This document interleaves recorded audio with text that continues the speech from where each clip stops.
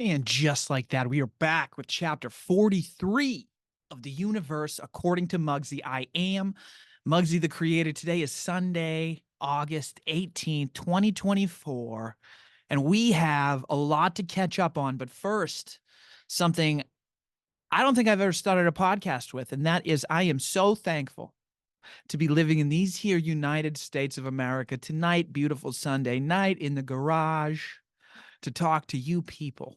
Now, we don't get everything right because if you live in the United States of America and you had a social security number, all those got leaked. Not just a couple of them, all of them, all the dead ones, all the future ones. So now everybody knows everything. Identity theft. I don't even know if it's theft anymore if all the social security numbers have been leaked. So I'm not saying we're batting 1,000, but we didn't throw anybody in jail for thought crimes this week, which the EU just cannot stop doing. I don't know if you followers, fans, people that come to me for any sort of information keep up with the ongoings of world news and information. Perhaps you saw the EU tried to censor Elon Musk's conversation with President Donald Trump on Twitter, which I am not really going to touch on this week. But the EU feels compelled to not allow its citizens to fall down the wrong rabbit hole of thought. And there's a video making the rounds on social media of a woman who is standing outside of an abortion clinic praying silently in her head, and she is arrested several times. There's countless videos on the internet of British police showing up to your homes after you had posted some sort of commentary on the events that are going on around you on the internet, which used to be seemingly okay in the UK, Britain, London, and now has changed overnight. Now, what has gone on is their new prime minister has looked to escalate and attach sentencing to charges that are allowed because the UK doesn't have the same type of constitutional guarantees, which are bullshit, that the United States of America does. They used to have, or they have some sort of social penalty. Now, these penalties have been used to prevent footballers, people who follow soccer and get wild and violent at games, from taking public transportation to those sorts of events. Now, what the UK is doing is they are escalating your political opinions into this category of social penalty that can prevent you from travel or maybe banking or maybe eating.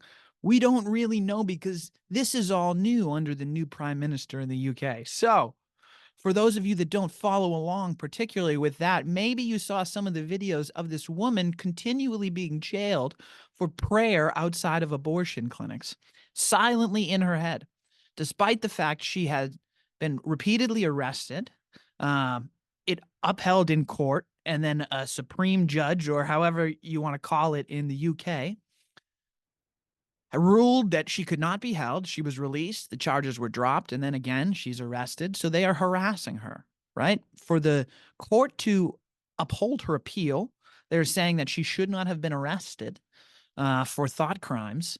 And continually, again, she is being harassed because the police are arresting her. What world do we live in today? Oh, we haven't got there yet in the United States, but are you starting to see that that is a possibility? Who is president of the United States of America? I would have started this program off with that statement if it were a political program, but it's not. And Dan Bongino does a great job of saying Biden is the worst president of the United States every morning on Twitter. Seems like that game has changed. Who is the president of the United States of America? Kamala Harris is taking bullets from every direction as she attempts to offer policy that criticizes the office she currently holds. She is in between a rock and a hard place, right? Criticizing an American president who is unfit for duty, yet she has not invoked the 25th Amendment to remove him from office, which should absolutely have been done. Instead, they are building walls around the Democratic National Convention in Chicago. What is this? What is going on in the United States of America? Perhaps we haven't started jailing people for thought crimes because we hadn't thought of the ability to do so yet. We have put people in prison, kids, for social media memes. So it's not like it's not happening. It just hasn't reached the scale of the old woman praying outside of an abortion clinic. And that's maybe why we haven't seen the outrage in this country. Oh, we are starting off hot today. There is so much to cover. And the UK is just a tiny fragment of a reflection of what could be coming for the United States. And we all need to start taking that a lot seriously. I am going to jump around. I'm quite sure this title is going to be, this episode chapter is going to be entitled "And Another Thing," because I just have so much that has just been running through my mind. The conversations that are going on in this country at this time, I can no longer keep up with. I said to my wife, I need an intern. I finally need an intern for real now, because there are so many interesting people having conversations on podcasts, uh, an array of podcasts that much of society may have some interest in. Um, Adam Sandler was on the Joe Rogan Experience. I have long awaited this day, that conversation, because I have a disdain for much of Hollywood because of the practices that have long gone on the sets and filming and control of very few people. I do not like institutions where control is held by a few, especially such powerful institutions that control culture. So the movie industry for a long time was a representation of American culture, and that was sold and marketed around the world. Now, that had a distinct impact on Americans and what they felt their culture was. And because of those reasons, I don't necessarily like the movie industry so much. Now, that doesn't mean that I don't study it and appreciate cinematography and the score and the story and the writing. I took a film class in college, and it opened my eyes to just how amazing it is to control someone's guided consciousness for an hour and a half, 2 hour experience, and how powerful that experience could be, which is why I hold in such high regard certain movies, certain artists, certain films, um, because I think it was a beautiful capture of work. Like Good Will Hunting, man, is just one of my favorites. Um, and Adam Sandler is his own category. In a way, he created a genre that was all himself. Goofy, silly comedy, and he existed outside of this Hollywood bubble. Now, after the conversation, I couldn't be happier to report Adam Sandler seems like everything he represents in his films. And that is refreshing and exciting. Um, and who knows if it's really true? If he's acting and these conversations are just an act, it's very impressive when someone can do a 2.5 hour act. And I did not feel in any way that Adam Sandler was doing so. He talked about the comedy industry and growing up in it. Him and Joe Rogan did a film 14 years ago.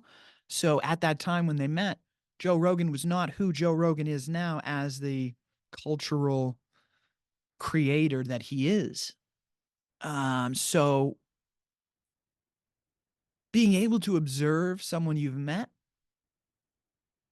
from a relatively close distance over a long period of time, you would hope gives you more insight into who that person is. So both Joe and Adam having some foundation built a decade and a half ago seem to make the conversation flow smoothly, as well as a genuine appreciation for the art that Adam Sandler creates. What I love about Adam Sandler's movies is he uses the same cast and the same group of characters and the same filmmakers to do all of his projects. That gives him very a ton of control over what they create. I've never heard negative reports or interactions about Adam Sandler film sets. That allows me to separate Adam Sandler from the film industry. Now, like I just said, it was very impressive what Adam Sandler did talking for 2.5 hours, if he was truly putting on an act, because he seemed so much of what he sells as himself. Now, Peter Thiel was a conversation Joe Rogan had um, shortly thereafter. Peter Thiel is an oligarch in the United States, and I don't use that term lightly. He has made significant portions, billions of dollars on companies that control the means of productions in certain ways. And he has also started to dip his toe into the George Soros realm of funding political candidates on one side of the political spectrum. So he is now putting his thumb on the scale. As flowing and casual as the conversation with Adam Sandler was, the conversation with Peter Thiel, which I fell asleep during and have to finish later, not because it wasn't as encapsulating in certain ways, just because I was exhausted when I listened to it. So do not let that get in the way of you listening to it, because if you haven't listened to some of these oligarchs speak, I very much encourage you to do so. The Joe Rogan Experience is a great format and forum for discussion. Now, Peter Thiel in his conversation sounds a lot like Mark Zuckerberg when he comes on the program. A lot of a lot of pausing.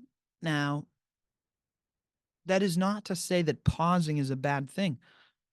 Obviously, I control the silences on this podcast, and if you're watching the video episode, you can see pretty plainly that I am trying to articulate myself, trying to come up with the appropriate language to express the ideas, thoughts, and emotions in the tone, frequency, and language that I feel will best get my thought process across. Elon Musk also is one of the conversationalists who you'll often find pauses and has a moment of self-reflection where he is trying to get to the bottom of a point and articulate himself in a way to best get his message across so that nothing gets lost in the weeds. It does not appear that Peter Thiel or Mark Zuckerberg converse in the same way. They are doing something different. Now, before we get into any of the content of what Peter Thiel was talking about in the first hour, which I think right off the bat, you'll see where I'm going with this. I just I am good at one thing.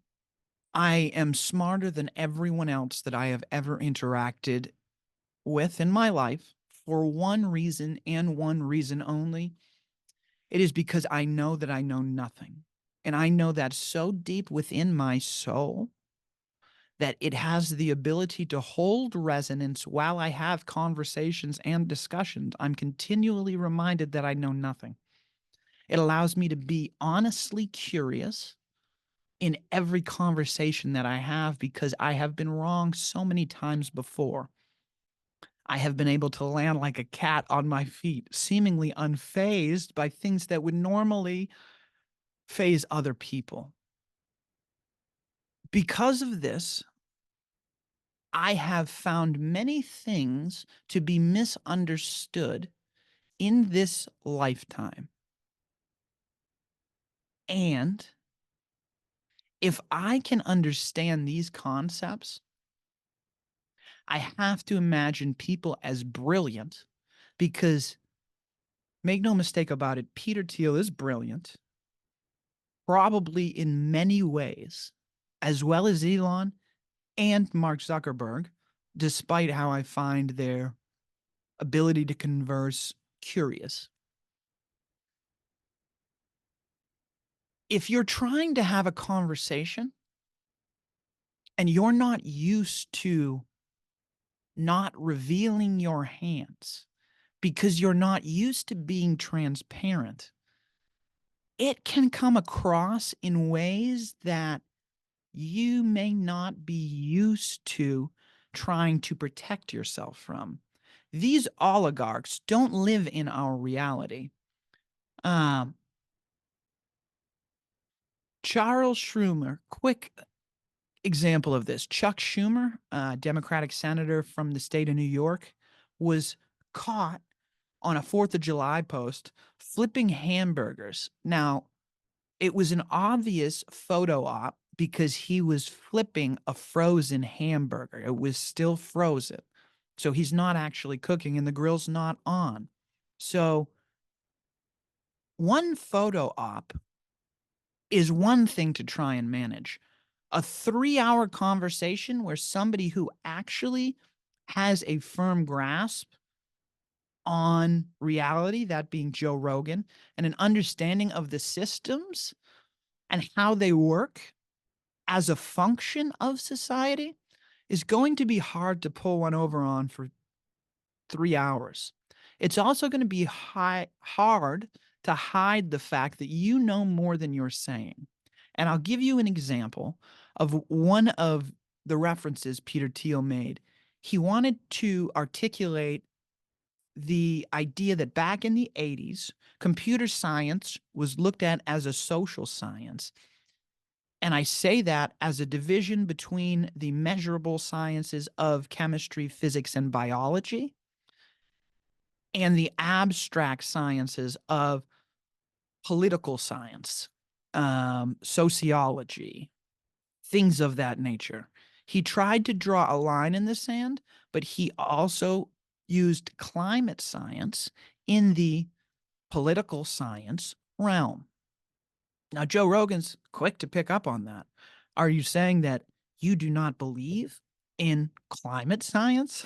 That it may not be as factual as you might claim or may have previously stated?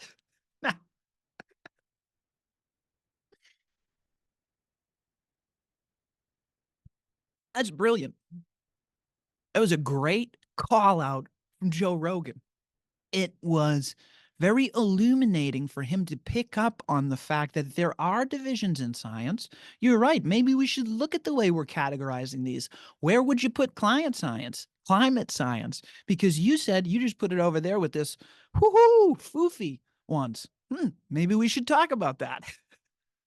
Because he really paints himself into a corner when in the United States of America, some of the things that we are doing is we're cracking down on pizza operations, coal-fired pizza operations in the city of New York for their carbon emissions. At the same time, we are allowing tech companies to build massive data storage facilities all over this beautiful country that suck up energy from our grid, which is barely running as it is.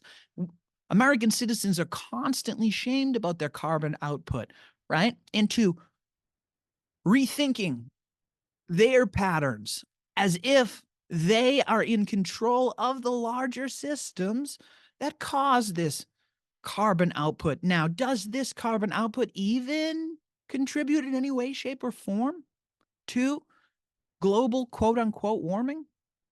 I don't know.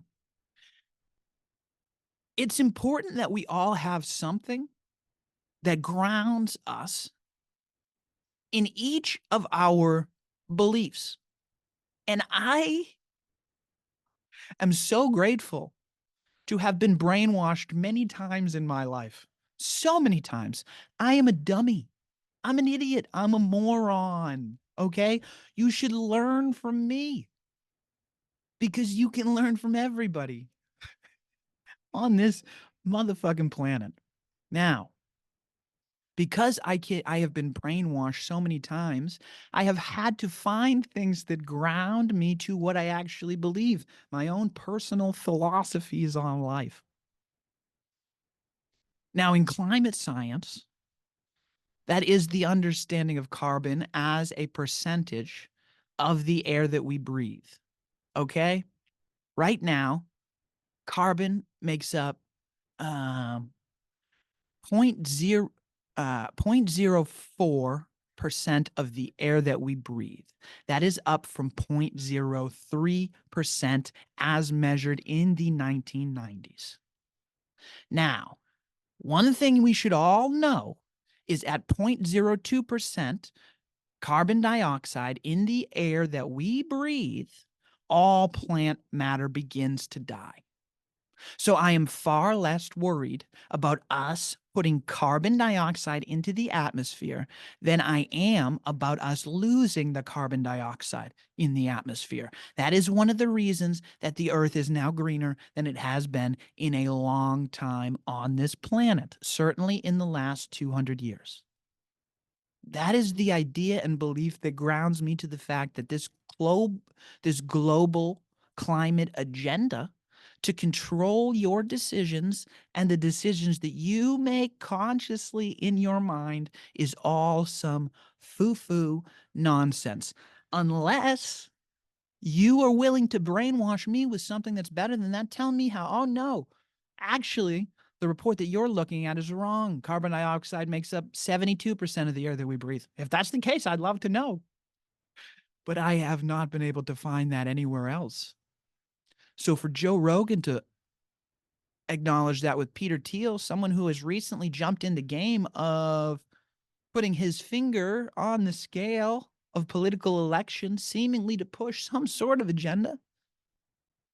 What is that agenda? Why else would you get yourself involved in this? And at the same time, not being able to speak honestly about the state of energy in our economy. Because if you take a look at the different ways we could power our grid, it is very hard to make a case against nuclear energy. It is somewhere between 92 to 96% efficient. Clean energy. We've known about this for a long time, almost 100 years. How come we haven't utilized this more readily in our efforts to reduce our carbon emissions? Many want you to believe, as Peter Thiel does, that it's, oh, the reality is it's just too expensive. It is too expensive, Peter Thiel. That is what you want to go with. And the classic, it could be weaponized against us. All right, buddy. We'll go with that. But you have a lot of money for a lot of other things. You are dumping billions of dollars like gasoline onto lots of other initiatives, corporations, businesses. And I am supposed to believe that it's just too damn expensive to figure out how to run this grid on nuclear energy, despite the fact that we haven't really tried for well over 40 years. Vivek Vivek Ramaswamy was happy to point out that our nuclear agency hasn't approved a new plan for a reactor in over 40 years. So nobody's been able to come up with anything, or have the very few people that control the means of production decided against it because it would be more profitable to continue things in the way that things are running now. Seems to me like we know the answer, and what Peter Thiel doesn't really matter. So no matter how many times he goes, like, as if you are reaching into some realm of deep information that none of us could fucking understand to come up with the lie that you were going to continue to propagate among us and we were supposed to eat up without questioning for ourselves. Well, we are students of Joe Rogan, and I am a moron, and I've been brainwashed so many goddamn times that you're going to have to brainwash me with something better than that. Okay, Peter Thiel? Jesus Christ, what else do I got? Oh, I I found myself out on social media the other day trying to get in touch with an old friend from who moved out of London because of everything that was going on in the EU. And because of that, I had to go onto LinkedIn. And every time I go out to that website, I am just saddened. It's just so depressing to see the friends that I know and who they were as people and how they are marketing and branding themselves now, how they are spending their time and energy. There was a buddy of mine who I went to Bentley with, and he must have moved out to the tech area, the San Francisco Bay Area tech hub, to work for some sort of tech company. And the tech industry has been going through a ton of layoffs. And luckily, this kid was able to find some work. But the lengths that he sold his soul to find this new job, seemingly thanking an unending list of people I didn't know. So he must have met in the decades since we last knew each other. Seemingly, these are people that he had networked with. But for what?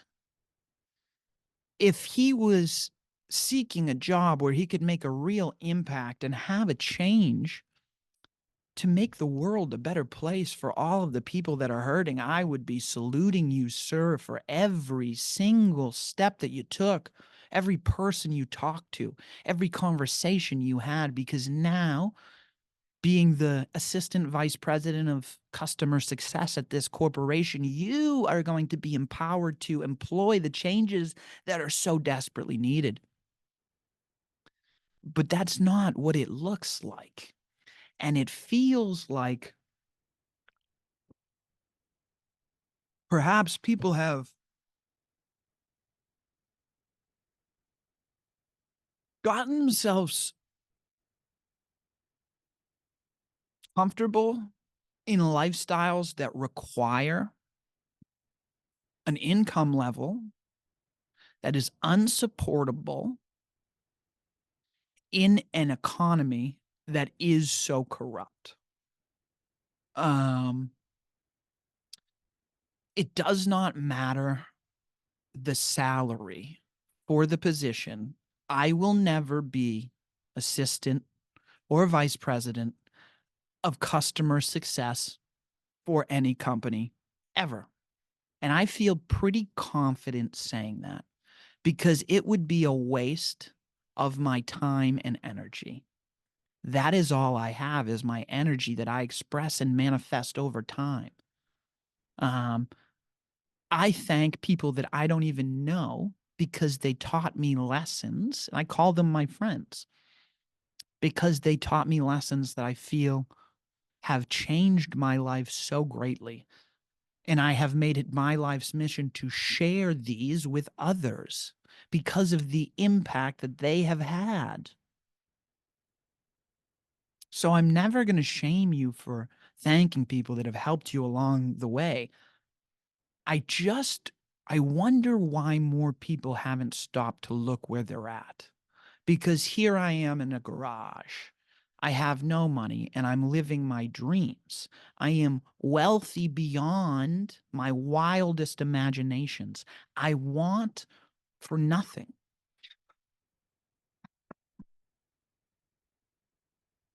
right? And I have only myself to thank for that because this is the reality that I built and created. Why has no one else gone out and done that? There's no one in the 5 schools that I went to, if that's how many it was. I think it was 5 that went out and did this. And I've combed through the record books looking. Instead, they work for these corporations, these pharmaceutical companies. And they push this science that is measurable, but seemingly nobody would like to take the time to measure, which is another conversation that has been going on the internet, on the interwebs. And that's a Tucker Carlson conversation that I'm sure you'll be able to find the content on other outlets, but it may be hard to find. And these are some pharmaceutical company whistleblowers discussing the state of health in the United States of America. And to say that it's alarming would be putting it very, very mildly. Youth obesity and autism rates have skyrocketed. Skyrocketed. Almost everybody in this country, and I say that because it's like over 70% are obese. That is just scary. Not long ago in this country, we had circuses that traveled the country where you could pay money to look at these freaks that had so much excess fat that it was frightening. And people would pay money to see it. And that is now everyone. That's everyone. It was fucking me, right? Until I changed, until I noticed my patterns and changed my outcomes. Um, and how did we get here? The tobacco companies, the lobbyists, the tobacco lobbyists. Now, in part of this conversation Tucker Carlson had, which I encourage my listeners to also investigate, I'm sure there'll be snippets making their way around on social media. If I can find any, I'll clip a few and include them in the notes on this podcast. But the tobacco industry, as the 80s enlightenment was happening around the fact that tobacco was a lot worse for people than they had initially thought. They were changing a lot of the rules and regulations around it, marketing to children, things of that nature. But these tobacco companies were sitting on hordes of cash because they were basic monopolies on sinful products that were marketed as healthy. There were days in the United States where a doctor would recommend healthy versions of cigarettes. Ugh. And because they were sitting on so much cash in the 80s, what they did was they bought food companies. These were the largest mergers and acquisitions of the 80s. They then shifted their scientific base that was coming up with the science that proved that tobacco was good for you. And they changed the food pyramid to start being based around carbs and sugar. They then used the tobacco lobbyists, which they were no longer using. It was the largest lobby in Washington, D.C., and they pushed that towards the food FDA. They started buying off people in the FDA. They started implementing policy, and they started changing culture. They started brainwashing Americans into thinking that unhealthy things were healthy for them. No big surprise there. We have failed largely in the United States to rein in the people who have the very few people who have had such a control over the direction that we move in this country as a society and as a people. Hopefully, this conversation is one conversation, along with the conversations that we talked about, that help awaken people to the fact that this consciousness that is created is of our own making and our own choosing. And when we stop listening to the people that we know are lying to us, it gives us room to bring in new people that may not be lying to us. There's a lot of things in this discussion that I may have got wrong, which is why I'm an open book. I'm always willing to consider the fact that I am wrong. And if I am shown to be wrong, I will 100% address it, because I am actually trying to get to the bottom of things. That does not mean that I'm going to get everything correct, right? I'm going to make mistakes too. Now, I don't know when, because we've called this thing pretty spot on for the last 8 months. But I'm sure I will. I'm sure I have, and nobody's even caught him yet. And by not filling our time and our energy with these people that we are 100% sure are lying to us, it makes room for everything else. You got to clean your house out before you have room to fill it with new stuff that might be better. It might just be a little bit better. And you're never going to know until you try. What other what has gone on? This was one of my favorite stories that I have seen in business in a long time. A week or two ago, I don't even remember how old the story is. Starbucks came out and they announced their new CEO. Guess who that was? That was the motherfucking CEO of Chipotle, the current CEO of Chipotle, not the not a former CEO who stepped down 6 months ago and has gone through an appropriate waiting period. The current CEO of Chipotle, the current CEO that has some earnings to report next week. Oh, it was unbelievable. The gall of the Starbucks board to announce that. I haven't seen anything like that in a long time. I'm sure it's happened. I wasn't going to go into the history books to pull it up, but it's just such a, hey, fuck you. They're in the same industry, fast casual restaurant industry. They're competition. You can't make that announcement. He shouldn't have been interviewing for jobs while CEO of Chipotle. There's no goddamn way. Now, I didn't dig into the story, but I'm so curious as to why Starbucks was excited to announce this, because obviously he could not continue to serve as Chipotle's CEO. He cannot serve as CEO of two companies without disclosing it to the board before he accepted the goddamn role, before he even thought about interviewing, never mind accepting the role. That's how things are supposed to go, guys. It was insane to watch that. I haven't seen anything like that in a long time. Just madness taking place in the market. Just an insane thing for a board of directors to get together and do. Now, I speculate that Howard Schultz, who, from 2020 to probably today, has been just trying to crush the unionization inside Starbucks. This Chipotle CEO must have shown some ability to do so. They have broken every law that they possibly can, Starbucks has, in against trying to unionize, and nothing has been done but slaps on the wrist. A more perfect union does a great job of covering unionizations across this country. I encourage my listeners to check that out if they want more information on it. That's just speculation on my part, but that was just a great story that I couldn't resist not commenting on.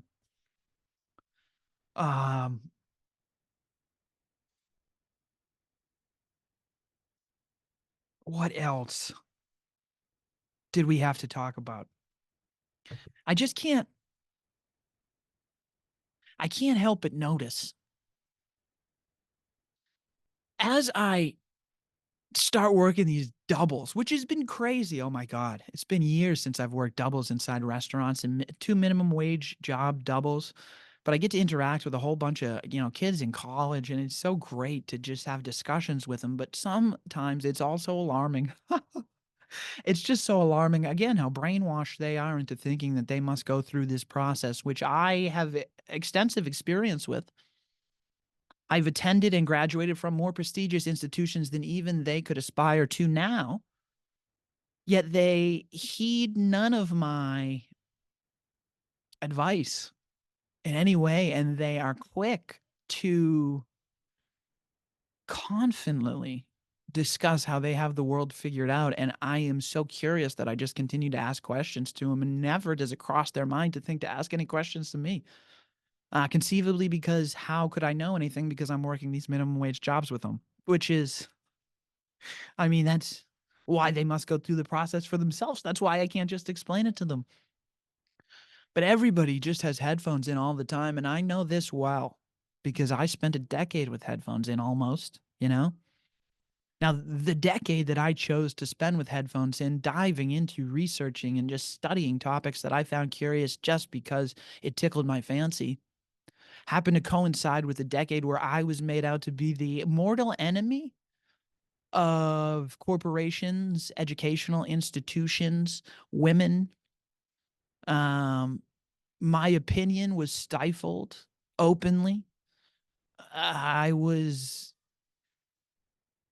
I don't even know the terminology because I must have forced myself to forget about it, right?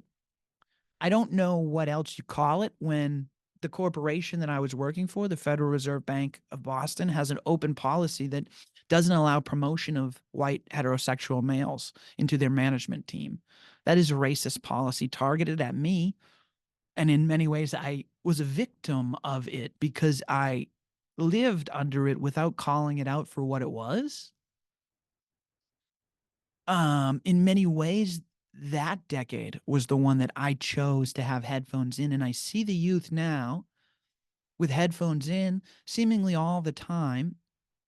And I remember why I took headphones out all the time was because it got hard to think with somebody else in my ear. So then I would keep the headphones in, but I would have the podcasts off and I'd just be able to think easier. And then I took the headphones out altogether because I realized that it was closing off opportunities for conversation and discussion. And because the climate of the environment had changed, people were not looking at me as the enemy that I once was. My opinions were no longer as brushed under the rug as they had previously been. When did that change? I don't know. Perhaps the day I put my headphones in, that changed.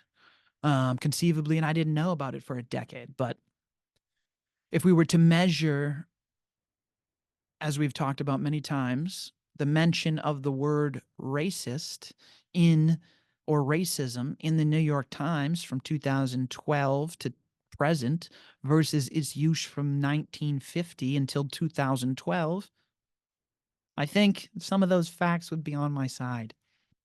But I'm not here to discuss that. I don't give a shit. What I'm here to do is enlighten people who choose to take advice from the life that I had led.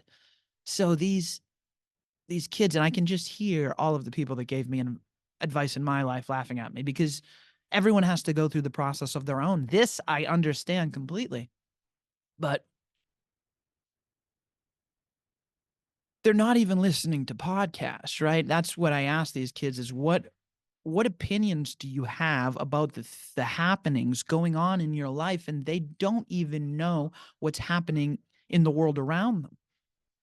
They choose to not spend time on any applications or listening to anyone who would challenge their ideas or conceptions of the life that they lead because they are choosing this comfortable life that they think is already set out for them.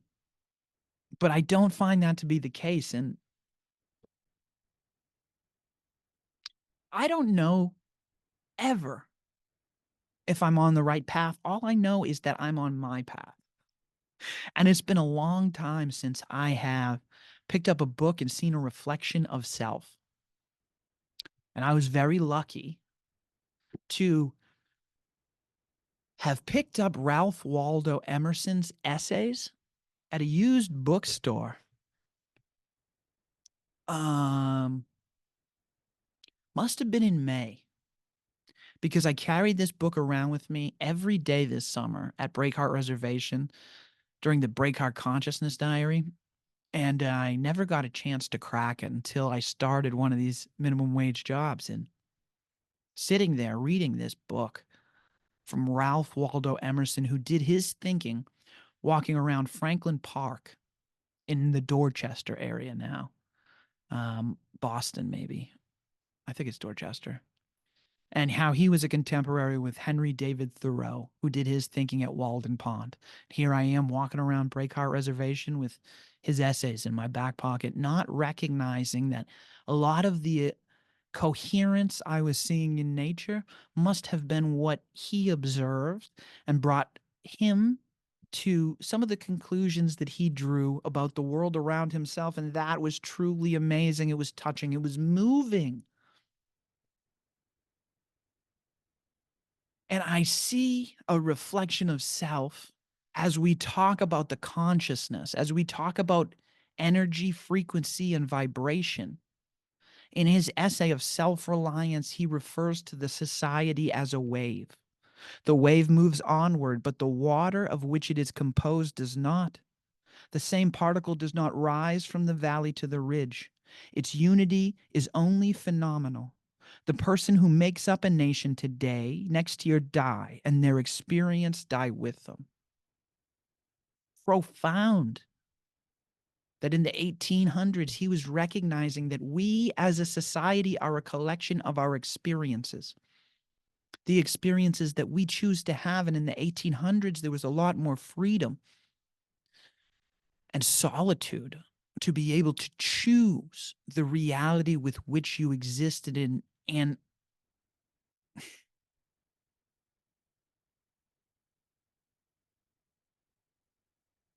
understanding that the history that has been told to us is a well fabricated and articulated lie. His essay, Self Reliance, is about becoming a man, understanding what makes a man.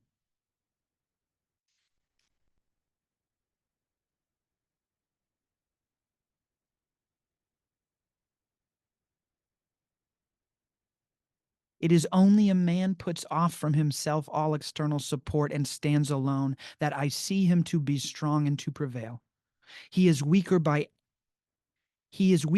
every recruit to his banner. It is not a man better than a town. Ask nothing of men, and in the endless mutation, thou only firm column must presently appear, the upholder of all that surrounds thee. He who knows that power is in the soul, that he is weak only because he has looked for good out of him and elsewhere, and so perceiving throws himself unhesitatingly on his thought, instantly rights himself, stands in the erect position, commands his limbs, works miracles, just as a man who stands on his feet is stronger than a man who stands on his head. It is only in following our own divine nature that we can find any semblance of happiness in this life, because if we are walking somebody else's journey, it will never fulfill us. We must be reliant on the self and understand that we have to question everything around us. Nobody is looking out for us but ourselves and nature. How do we connect back to that natural state? When you sit in nature, you become coherent. Why is that? Why do we find all of these thoughts when we're in nature? Perhaps it is because we were meant to spend much more of our time in nature. Electricity wasn't prevalent until the 1900s. When did the internet and Wi-Fi come on board? When did we surround ourselves and so totally encapsulate our full days on devices that keep us alone so that we're connected? Connection happens when we are trying to find ourselves. That lack of connection happens when we look for ourselves in anything outside of ourselves. And that essay really knocked my socks off. I have been trying to have a discussion on this podcast for a long time. We've talked about it many times. And the first friend that I made out of Breakheart Reservation, the first true friend, is Ralph Waldo Emerson. Now, I can't make that up, right? Um, shit. It's it speaks to the power of what we're talking about and how these states of being, happiness, nature, relaxation, um, they occur naturally when we get out of our own way. They did so in the 1800s. They do so in the 1900s. They do so right now because man is no different. The only thing that has changed around us is that societal wave. The people that are choosing these experiences. Um, and only in us coming together and recognizing the experience and choosing another game are we collectively going to make any progress forward. And our collective progress forward is all dependent on our individual ability to be self-reliant and follow our own path towards our own version of our higher self. That's it. That's it, guys. There's a ton of amazing conversations going on. Find some of them. Don't get so wrapped up in them that you get negative. When you start to get negative, find something that turns you positive. Flip it on its head or get outside in nature. Spend more time in nature, especially before it starts getting cold, man. Enjoy the changing of the seasons. Watch the coherence that happens naturally outside in the world, all around us, whether we're there or not. Take back your consciousness, guys. I love you. I'm out.